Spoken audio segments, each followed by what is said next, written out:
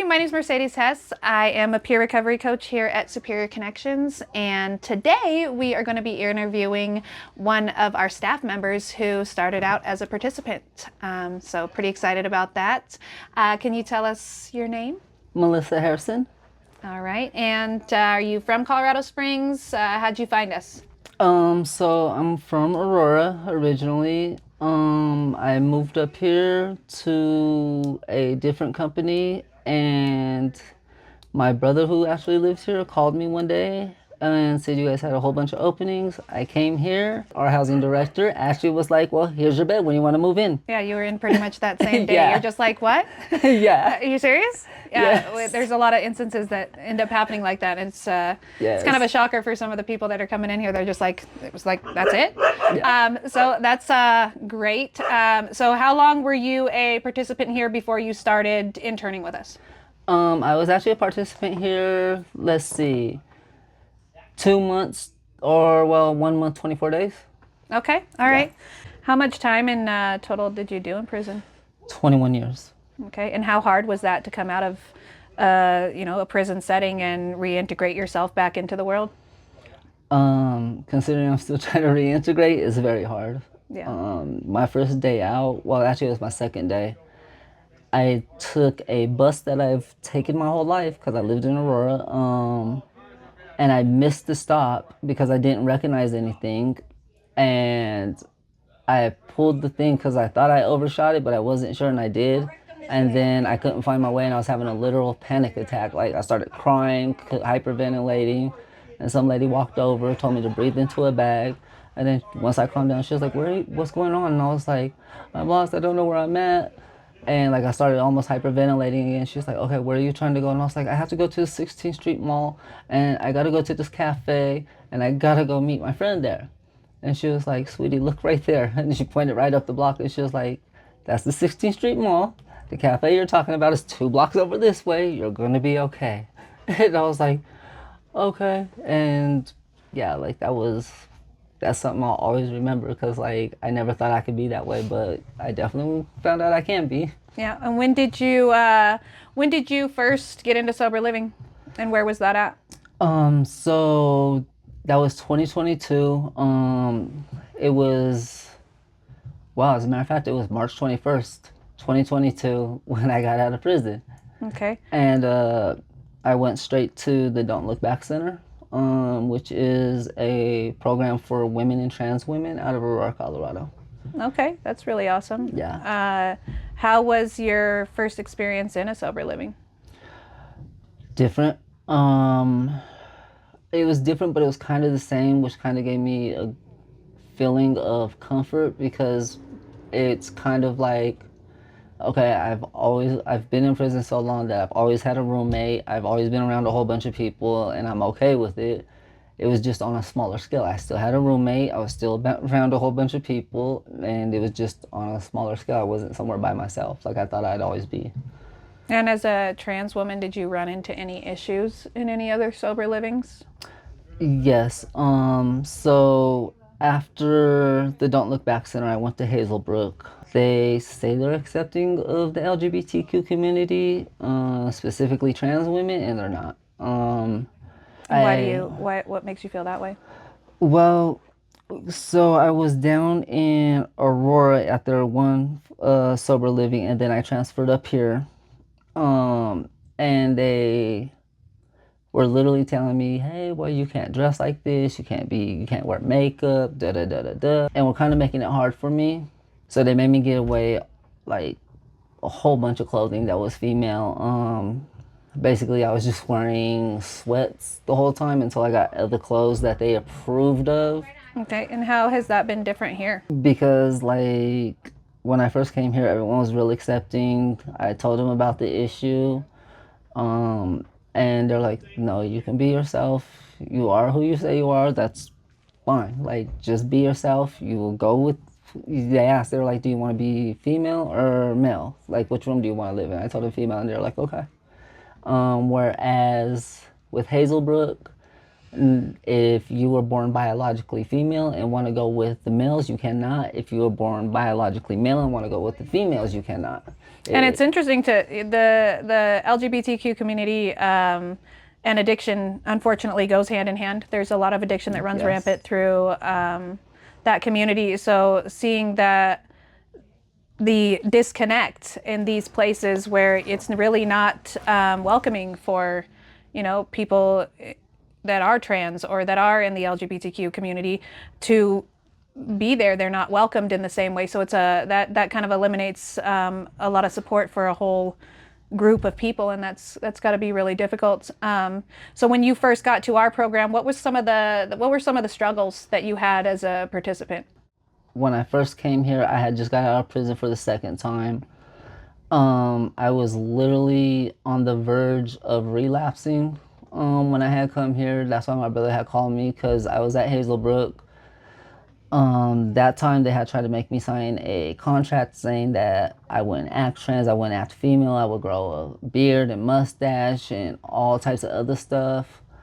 Then because one of my roommates had relapsed, and they couldn't understand what he was saying because he was actually ODing at the time when they were trying to get it out of him of what happened, and he was just asking for me to talk to me. Yeah. They actually started making me do like 13 classes a week and work a full-time job and pay $900 in rent. It's got to be really difficult. Yes, it was. So, what makes you, I know a lot of people come into a, recovery program and they recover and they'd like to move forward with their lives. They like to put it behind them. What was different for you? What about this program made you feel like you wanted to be a part of it? I actually believe in the mission here. I believe in the founder, Kirby. He is very authentic. He's himself, and he really makes you feel welcome and accepted, and like you can do anything. One of my goals when I got out of prison is to open my own nonprofit for LGBTQ, specifically more trans women, but I will accept any LGBTQ. Because in prison, a lot of my female friends kept coming back, and I asked them why. And they said, well, do you know how hard it is when you present as female out there and then hand them an ID that says you are male on it, and it has a totally different name, but except for the name you're presenting as, and then they don't want to give you a job. Therefore, what else do you have to do? So a lot of them went back to life of crime, prostitution, selling drugs, and ended themselves right back up in prison multiple times. And I got tired of that, so I wanted to open up my own program where I would help trans females and males find their way out here and find them jobs, find them schooling, find them therapists, and whatever else they may need, at housing, all that. So that's one of my goals. That's one of my main goals. Okay. And what would you say to somebody who was, starting where you started? When you first walked through our doors, what would you say to somebody who was, in your position, just starting out, just a little bit nervous about the program, didn't know what to expect? Hang in there. It's going to be a little scary. You're going to feel like you might have more freedom than you need. If that's so, talk to one of the staff. They will figure out how to help you. But it's definitely worth it. Staff is always here to support you. Like, you can literally call them at any time and they will sit down and talk to you and just reassure you and figure out what you need on your end so they can help you find it.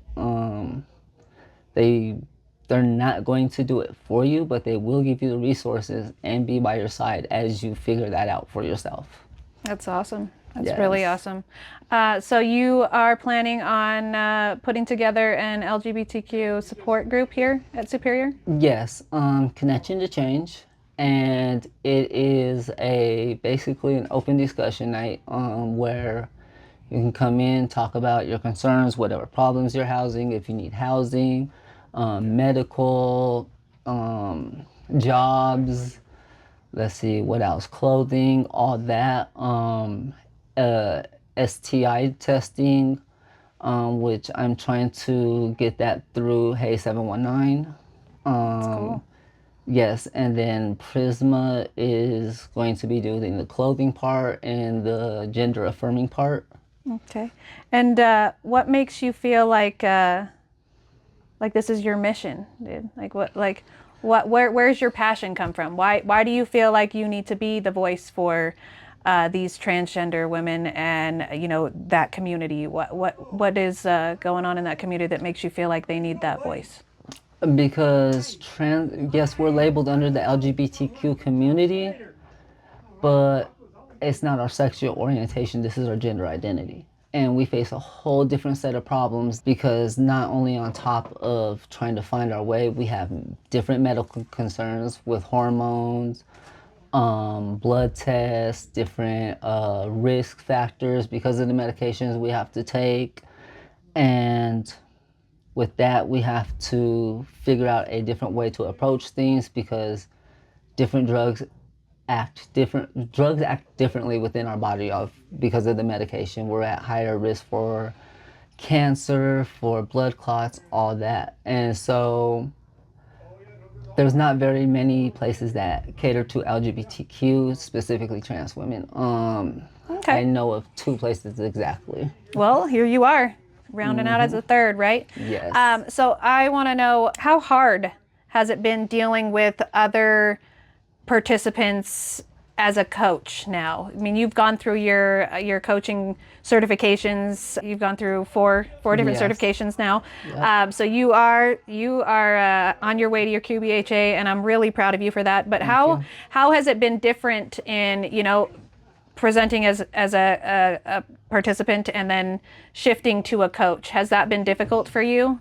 That actually has. So on kind of both ends for everybody, like my end, because I've been here with a lot of these people for a long time as a participant, and as an intern, and so therefore I've built friendships that I have to put aside as a coach now, not in a bad way, but as in a way of I have ethics and professionalism and all that I have to follow. And I can't just do things because they're my friends. Right, and it feels good to have those boundaries and those lines that you're able to draw. And I think, I mean, you've gone to many of my groups, and I've enjoyed having you there. What is it about groups that you think are the most beneficial for people coming into our program? Because we do, as you know, run the 2 groups a day, 5 days a week. 2 groups a day, 5 days a week may seem like a lot to some people. Why is it beneficial, and what did you learn in group? So with group, first off, the reason it's beneficial is because it helps give structure. As addicts, when we're out there, we don't have a lot of structure. It's kind of just focused on getting more drugs, and how to come across more money to get more drugs. So that's really our only structure here. It gives you the structure to get up in the morning, get ready, go to group, after group, get what you need to get done to get back here to do the other group. And then you have the rest of the day to yourself to relax and do whatever you may need to do. As for what I've learned in group, we read books. We read a lot of different books, and then we talk about it. And a lot of the time it's questions about how did this pertain to your life, or something that's happened in your life, or how could it pertain to your life. And it actually helped me with a lot of situations where, like, we've read something and then, not kidding, maybe a day or 2, maybe even just a week later, something like that will happen. I'd be like, oh yeah, we just talked about this. This is how it should be handled. So let's handle it this way instead of the way that I would normally handle something stupid like this. That's awesome, dude. Yes. That is so awesome. So, in the beginning, were you overwhelmed by how many groups you had to do, or was it, were you hungry for knowledge? I was a little bit of both. Like, I like schooling, and that's what I kind of looked at it as. And also, I was a little overwhelmed, but not too much, considering I had just come from a place that was requiring me to do 13 classes every week. That's true, dude. Yes. So it was kind of normal to you, right? Yes, and it was a lot easier because it was only 2 classes, and as we have it, if you're working, you don't have to show up for that class. Considering I had a job at the time at another place, like some of the classes I wasn't able to make it to, but I always made it to the ones I could. Okay. And would you say that do you think that you started your internship a little early, or do you think that it was right on time? Do you think you were ready for what you were about to? I think it was right on time considering I had a little bit of time under me. I had, let's see, I actually had over a year. I had a year and 4 months. That's beautiful. Yes, under my belt. And so I was ready. I had time to detox. I had time to clarify what I wanted. I was able to come at our founder with a plan where, like, hey, this is what I want to do. Here's what I want to get done. This is what I want to look for. And he said, okay, draw it all up on paper, and then let me take it to the board, and we'll figure it out. And I drew it up on paper, gave it to him, and he came back like an hour later and was like, go start your classes, figure it out. It's gotta feel good to be part of an organization that you have a vision, you have a dream, you have something you want to put together. Fly. Go and try it out. Go see what you can create. This is because we all are learning here. It's cool to learn and grow together and piece things together. So I'm going to ask you this, and I want you to be honest because people are going to want to know.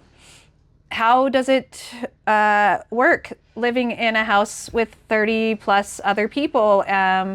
And sharing bathrooms and sharing kitchens. Tell me about the good, the bad, the ugly. I want to know how it feels to live in a house with that many people and how we're able to do it so successfully.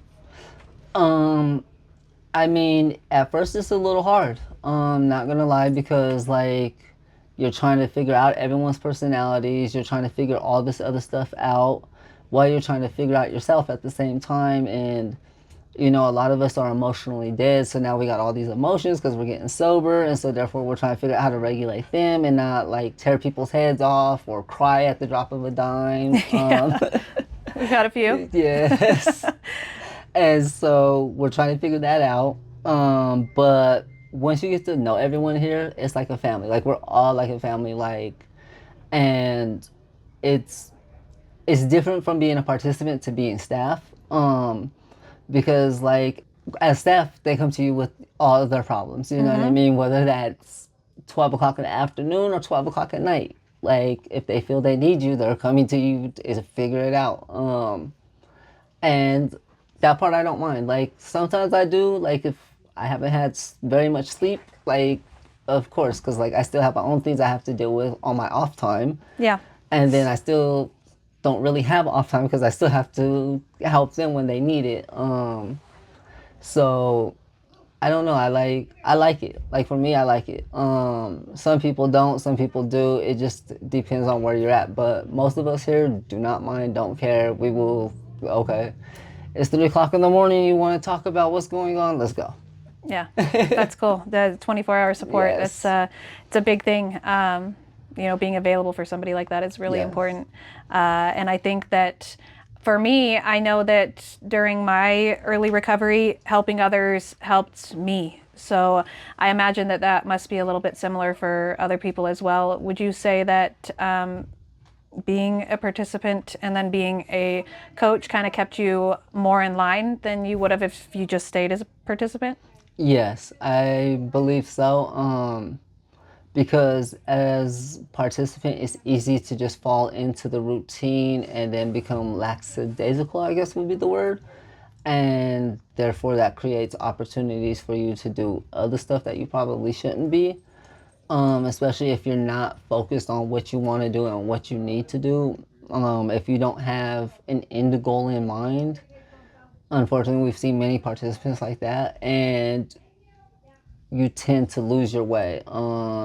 You tend to become frustrated with this place and feel like it's just all the same routine over and over, and therefore that leads you back into bad places. Is the easiest way to put it. And we're gonna wrap this one up with what would you say to somebody who was thinking about getting sober? That it's worth it. Like if you want to get sober, then find your nearest place, whether that's here in Colorado, Florida, New York, California, and go for it. Give it your best shot. For the simple fact that those drugs are dangerous. You're not living a life that is effective for you and your health and your well-being. Your family, I'm sure, misses you. They love you. They want you back. You probably want your old self back. Like, it's going to give you a lot of life experience, like, yes. But at the end of the day, being sober is well worth it. Just being able to help yourself, not even helping someone else, just helping yourself and knowing that, hey, I did this on my own now. I didn't do it by illegal means, I did it by legal means, is a great feeling. And to just come back from that trance of, like, I call it the dead state, it's so much more rewarding. So please reach out, find someone. There's places everywhere. Almost every state now has some type of sober living or rehab that you can go to help yourself. And I promise you, it's going to be worth it. That's awesome. That's awesome. Thank you for sitting down with us today. And I can't wait to see all the wonderful things you do in your life, dude. Thank you. I'm very proud of you. Thank you, sis. Yeah. You Congratulations too. on everything. Yes, That's awesome. I love you. Okay, good. Okay. Thank you. You guys feel good about it?